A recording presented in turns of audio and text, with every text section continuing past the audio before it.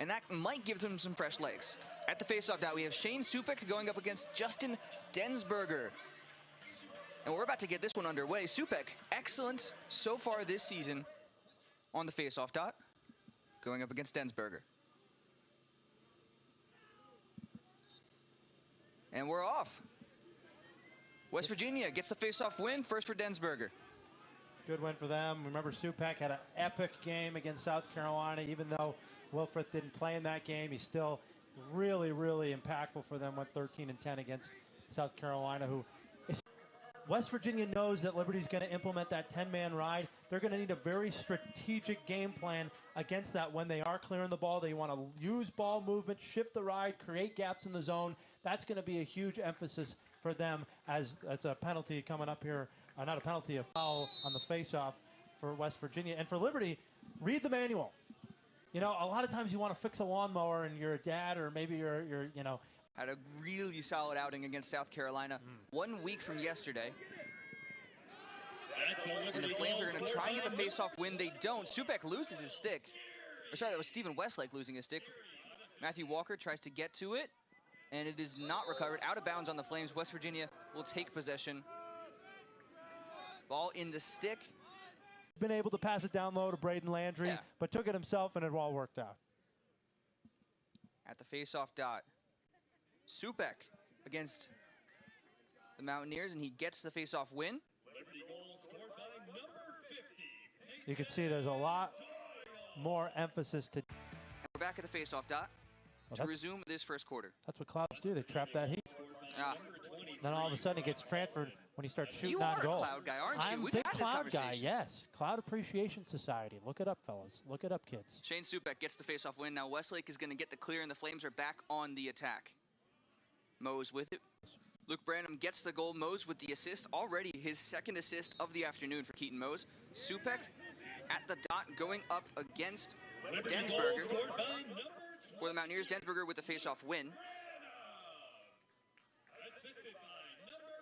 Bryn Jungles defending Tyler Randalls for the Mountaineers. That's kind of the opposite strategy for West Virginia today that UConn had, quickly and taking advantage of open spaces. Graham Miller was found wide open in front of the crease. All Warnstrom could do was try and go at him. He wasn't able to do anything with it. We are barely 11 minutes into this one, not even 11 minutes into this one, and 6 goals already been scored. It's going to be a high-scoring game if this continues. We haven't necessarily seen a lot of high-scoring games in games that have been pretty evenly matched up for the Flames. It's been defensive struggles. Both offenses are on their game today. O'Neal able to get the clear just by running, hit by Ben Chun, and sandwiched by Chun and Jungles. 3.9, if you want to be exact. You're on the specificity train today, aren't you? Shane Supek is going to attempt the faceoff win, does not get it, but he's able to force the end of the first as he gets the tie-up with Justin Densberger. It's 5-3 after the first quarter. We'll be right here back on ESPN+. Very committed. Most of all the coaching staffs on both sides are all graduates from their respective universities. So all the coaches on this field today are extremely committed to both schools that they're at. Push Liberty, ball West Virginia. So no real face-off win there, but West Virginia does come away with it. Now on the attack is Will Stone, and he's going to be... Warnstrom, they really have to stretch and reach opposite stick side, so good job by the Mountaineers. Violation from the Mountaineers. Supek comes away with the ball. And now the Flames are on the attack for the first time this quarter. The first, Geary with the second goal today of his. First coming as the first Liberty goal of the afternoon.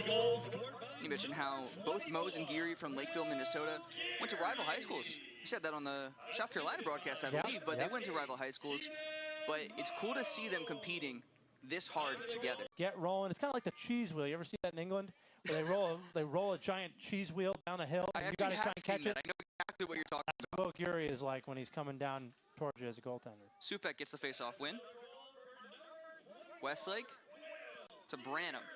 Flames quickly back on the attack here, trying to not. And we're at a 7-5 game right now. It's been a little bit of a volleyball match. There's no question about that. I think Brock Altland has had himself a pretty good day. 2 goals on the day for him. So, You have to be happy about that. But West Virginia's had a lot of different goal scorers. He's the only one with two goals. So you're getting some quality shots. They're taking a lot of shots, especially in this second quarter. But Bornstrom, Braden Landry's coming out of the door with frosting all over his face. I think you used all of that metaphor. Oh yeah. Got to squeeze all the juice out of that lemon, I think. Huh? All right. Geary to Rockhill to Landry is how we're going to end the second quarter. Seemingly unassisted goals this afternoon. The other one coming out of the pocket of the Mountaineers' Brock Atland. Near the end of the second quarter, Supek's able to get the face-off win. Good for him. And now the Flames are going to try and get this one cleared. Bryn Jungles to Hunter Rockhill. Rockhill trying to show off that speed. Able to get past one to get onto the correct half of the field. Look at that. He's almost carrying defenders down the field. What a work by Hunter Rockhill. And now the Flames are back on it. The lights turn on and the show begins, you know. On the other side, West Virginia, a phenomenal game so far. They're just down 3 goals. With, like I mentioned earlier, an average margin of victory for the Flames across their 9 last matchups, and the 9 matchups in school history in the ALC.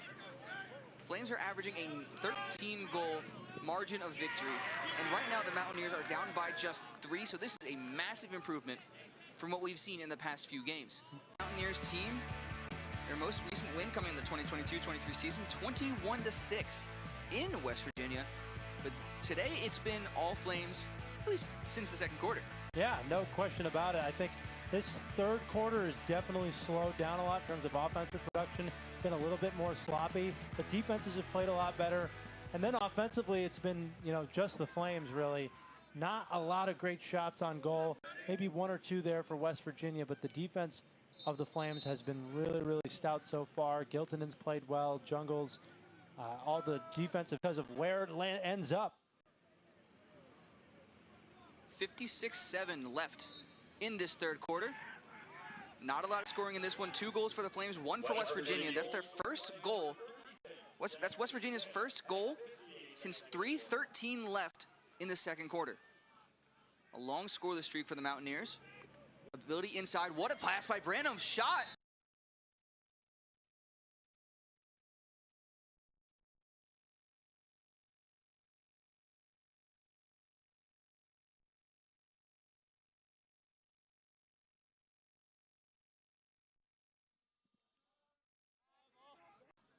Shane Supek at the faceoff dot going up against yet again Justin Densberger. Those have been the 2 at the dot all day today. It's been a rather back and forth game. Neither really dominated the other.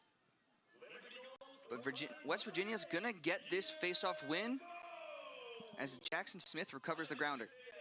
Surprisingly, that's the first goal for Keaton Mose today. Just his second on the weekend, and now inching closer to that 100-goal mark. Just 4 goals away, and unless he goes absolutely nuts in this, apparently. Supek going up against Densberger at the faceoff dot. Although there is no doubt on this field. Supek gets the faceoff win. And he's going to get the clear. Getting past the outstretched shot. Aaron, I heard you were pretty good at those long shots. That does not need to be restated. Peyton Park on the attack loses it. Falling down on the play is the freshman. Hit in the head. His first to open the game. He was found wide open on the pass from August Flynn and got it started. And how about the pass as well across the field there by Jackson Smith.